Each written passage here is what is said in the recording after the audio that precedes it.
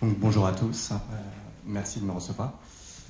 Donc, je m'appelle Paul Blanc-Durand, je suis médecin assistant en médecine nucléaire au CHUV à Lausanne et je vais vous présenter les approches quantitatives en TEP au 18-fluorodésoxyglucose pour la caractérisation et le suivi du profil métabolique des patients atteints de MMF.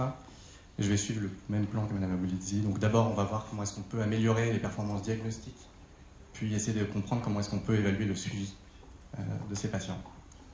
Donc un très rapide rappel, la TEP, c'est une imagerie fonctionnelle qui est quantitative, c'est-à-dire qu'on peut compter. C'est important parce que toutes les modalités d'imagerie ne peuvent pas faire ça, notamment l'IRM. Et qu'est-ce que la quantification en imagerie? La quantification, c'est extraire une grandeur numérique d'une image. Ici, ça va être des désintégrations par seconde, des becquerels, donc c'est les nombres de coups. Et ça va être en relation avec la concentration de notre radiotraceur. Ici, le glucose, donc le métabolisme glucidique qui se retrouve essentiellement dans les neurones et les astrocytes. Et pourquoi est-ce qu'on fait ça? C'est pour modéliser. Modéliser, c'est-à-dire faire des modèles compartimentaux, ce qu'on avait vu tout à l'heure. Un modèle compartimental, ça ne vaut pas grand-chose si on n'estime pas le risque avec la statistique d'avoir surappris, d'avoir overfité, comme on dit. Et puis, il faut toujours le valider dans une cross-validation ou une population de référence. Première étape de ce topo, donc le diagnostic médical assisté par la TEP pour la MMF. On s'est basé sur les études du docteur Axel van der Gucht qui retrouvait ce profil métabolique de ces patients avec un hypométabolisme cérébelleux, occipital, du système limbique et en frontal. Et ce qu'il faut bien comprendre, c'est que c'était une échelle de groupe, c'est-à-dire qu'il avait regardé chez des patients sains, chez des patients pathologiques, et puis il avait regardé toutes ces différences, mais pas à l'échelle d'un patient, à l'échelle d'un groupe. Nous, notre objectif, ça va passer de l'échelle du groupe à l'échelle du patient. Et comment est-ce qu'on a fait ça? Donc on avait un total de 183 patients, 119 qui étaient atteints de MMF, 64 qui étaient sains. Il faut toujours diviser les populations en deux groupes, une population pour entraîner, là où on va créer nos modèles, et puis une population pour la valider. La population pour la valider, elle sera complètement ignorante de l'algorithme, ou en tout cas l'algorithme sera ignorant de la population pour la valider. Et on a des étapes nécessaires qui seront du pro-processing, de la réduction de dimensionnalité, et puis la création du modèle. Quelles sont les étapes de pré-traitement? Ça va être essentiellement co-registrer, c'est-à-dire mettre toutes les images dans le même plan, les normaliser en intensité, parce qu'on ne va pas injecter les mêmes activités pour chaque patient, parce qu'ils ont des poids différents, et puis les réaligner. La réduction de dimensionnalité, c'est important.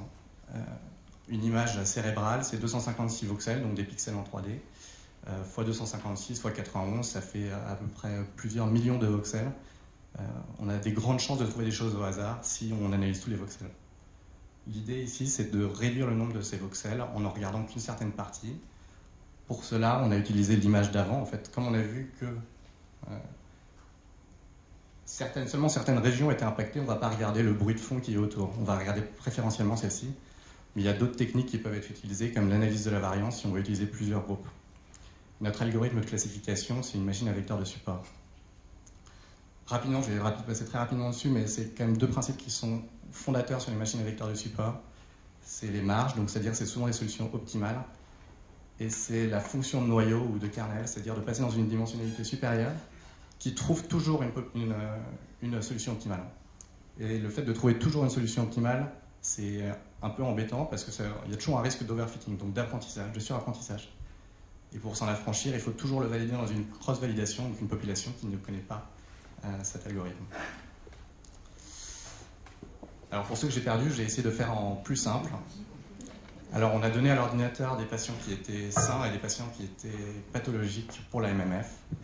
On lui a dit de ne pas regarder partout, mais seulement à des endroits bien précis, qui sont connus comme étant affectés dans la MMF. Ensuite, l'ordinateur nous a calculé des coefficients qui lui permettaient de classifier au mieux quel patient était atteint et quel patient était sain. Et ensuite, on a vérifié dans une autre population que l'ordinateur avait réussi à distinguer les patients sains des patients pathologiques. Alors là, je vous montre les résultats. C'est des cartographies de coefficients, donc ça ne veut rien dire en pratique. C'est juste comme ça que l'ordinateur, lui, arrive à classifier les patients avec deux techniques de sélection de voxels. Donc, celle du bas par t-test, c'était celle qui est utilisée dans le modèle d'Axel van der Gucht. et puis qu'on a repris, et qui montrait des plutôt bonnes performances, avec ici la table de contingence. Donc une table de contingence, c'est sur la nouvelle population de 39 patients, 19 qui étaient atteints de MMF, 20 qui étaient sains. On a vu que l'ordinateur arrivait relativement bien classifié, donc il ne savait pas qui était atteint, qui était sain. Et il se trompait dans quelques cas. Donc, par exemple, ça donnait des sensibilités de l'ordre de 89%.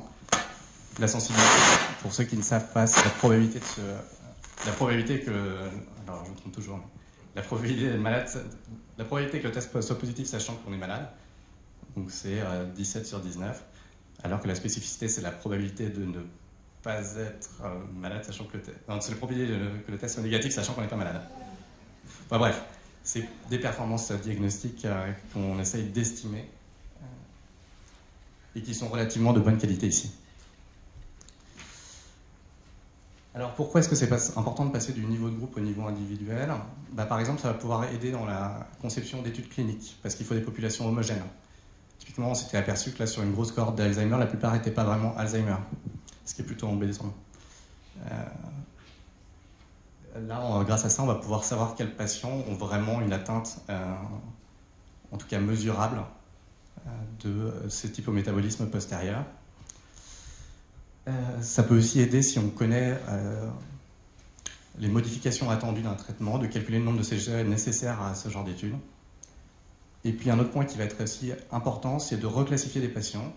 Comme on a vu que certaines biopsies pouvaient être négatives, il faudra les répéter. Peut-être que si on arrive à prouver qu'on est spécifique, ici ce n'est pas le cas puisqu'on a pris que des patients sains et des patients pathologiques, on pourra essayer de reshifter le diagnostic chez des patients comme des fibromyalgiques. Comment est-ce qu'on a fait pour essayer de voir l'évolution des MMF? On a utilisé donc du statistical parametric mapping et ça, c'était basé sur un rationnel qui était que la dysfonction cognitive des patients atteints de MMF était stable dans le temps, étude de Passeri. Et donc, comment est-ce qu'on fait? On va essayer de voir si les différences entre les examens sont statistiquement significatives. Pareil, deux petits exemples de patients qui retrouvent des hypométabolismes postérieurs qui ont l'air d'être stables, mais comme vous pouvez le voir, c'est souvent pas évident visuellement de caractériser cette évolution. Ou encore dans ce cas-là, pareil, avec des hypométabolismes du cérébelleux, du précuneus, des aires motrices primaires, qui ont l'air d'être stables, mais pas facilement quantifiables. Alors l'idée de ce travail, c'était de faire une analyse voxel à voxel entre des examens. C'est-à-dire qu'on a pris l'image numéro 2 et puis on l'a soustraite de l'image numéro 1 et on a essayé de regarder si la différence était différente de 0. Et statistiquement. On avait 18 patients qui avaient eu deux examens, avec une médiane d'âge s'étalant de 22,3 ans à 66 ans, et une médiane de TEP de l'ordre de 33 mois, allant de 6 à 48 mois. Alors qu'est-ce que ça nous montre, ça? C'est une cartographie blanche, ça veut dire qu'on n'arrive pas à avoir de différence significative chez ces populations-là. Ça veut dire qu'il n'y a pas d'évolutivité, en tout cas sur la période de temps considérée, ni en bien, ni en mal. Donc ça peut être un outil pour essayer de caractériser l'évolution temporelle de la TEP, de la MMF, pardon, avec la TEP. Voilà, je voulais remercier tous les intervenants.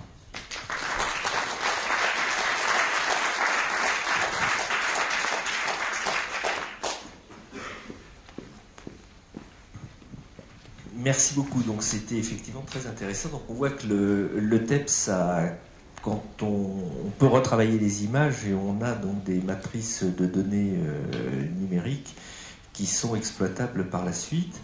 Avec, moi je trouve, évidemment, il y a deux résultats que tu as présentés qui ont des valeurs un peu différentes dans leur utilisation.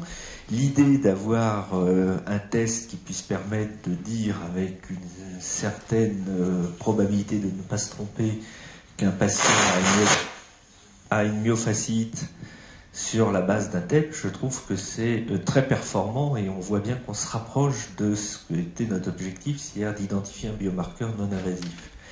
Et le deuxième résultat, qui peut paraître être un résultat négatif, est en fait un résultat très positif, parce que tu montres qu'il n'y a pas de différence, mais le fait qu'il n'y a pas de différence, ça veut dire qu'il y a une stabilité du profil, et qu'on est bien dans quelque chose qui correspond à la nature du patient, plus qu'à la maladie elle-même.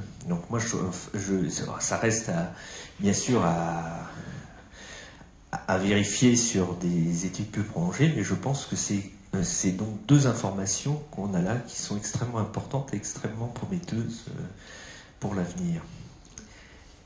Est-ce qu'il y a des questions? Oui, au fond. Première question, quand pensez-vous dans le temps pouvoir poser le diagnostic que par le PET scan et non par la biopsie? Et est-ce dans vos objectifs? Alors, question difficile parce que je n'en sais absolument rien. Je pense déjà qu'il faudra valider dans de plus grandes cohortes ce genre d'outils. Et puis voir avec les CH spécialistes d'Henri Mondor, par exemple, pour essayer d'appliquer ces outils à plus large échelle.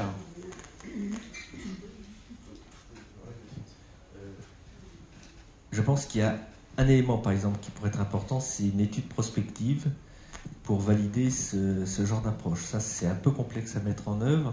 Je l'avais déjà proposé au PHRC, elle avait été refusée. Donc c'est quand même une étude un peu complexe, hein, mais c'est effectivement important. La deuxième chose, c'est qu'il va falloir savoir si c'est un marqueur de myofascite à macrophage ou de terrain.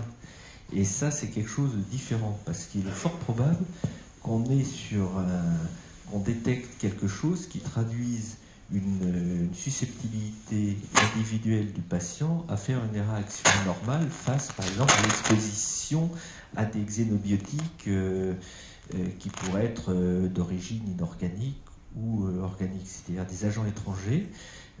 Ça peut être, par exemple, un phénomène qui soit commun quand on fait un syndrome de fatigue chronique post-infection ou à l'occasion d'une virose, quand on fait un syndrome fatigue, myalgie, trouble cognitif, alors qu'on a eu une prothèse avec de la silicone défectueuse et avec un relargage de ces produits dans l'organisme, ou qu'on est exposé à de l'hydroxyde d'aluminium par un vaccin. Donc c'est une question, on va peut-être justement changer le concept de la pathologie.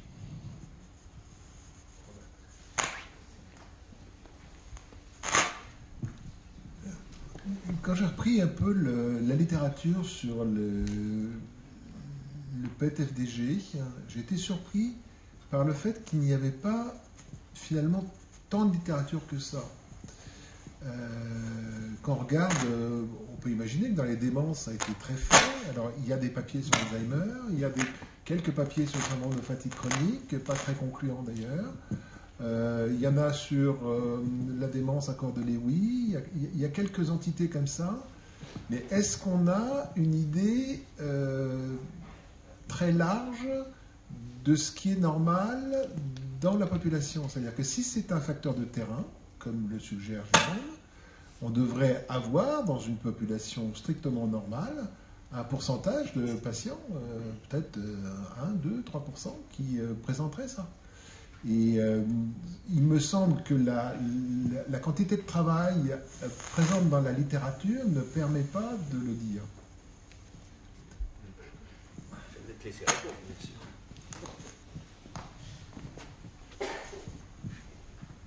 Alors après, là, on a comparé une population saine, donc elle était petite, certes, une quarantaine de patients, mais c'est difficile de faire passer des examens irradiants à des patients sains. Donc, souvent, les populations saines ne sont pas très nombreuses. Et donc, puis souvent, si c'est des patients... il faudrait que tu vois, 2% pour que tu en aies une accidence de 2% pour que tu en aies un positif. Qui est une probabilité qu'il y en ait un positif. Ouais. Voilà. Donc il faudrait forcément sur des cohortes de 2000 patients sains ou 3000.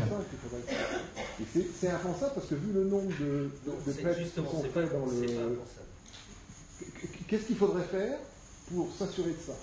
Il faudrait que ce soit la même population, entre guillemets, c'est-à-dire de personnes relativement jeunes, d'une trentaine à une soixantaine d'années. Les patients auxquels on fait des TEP en ce moment, c'est plutôt des personnes âgées pour des recherches de démence. C'est la principale indication. Et si tu fais un PET de corps entier, par exemple, tu ne pourras pas utiliser les données? Non, pas vraiment, parce que le problème, c'est qu'on fait une acquisition de à peu près une cinquantaine de minutes sur le cerveau, alors que sur l'acquisition TEP corps entier, c'est que 2 minutes.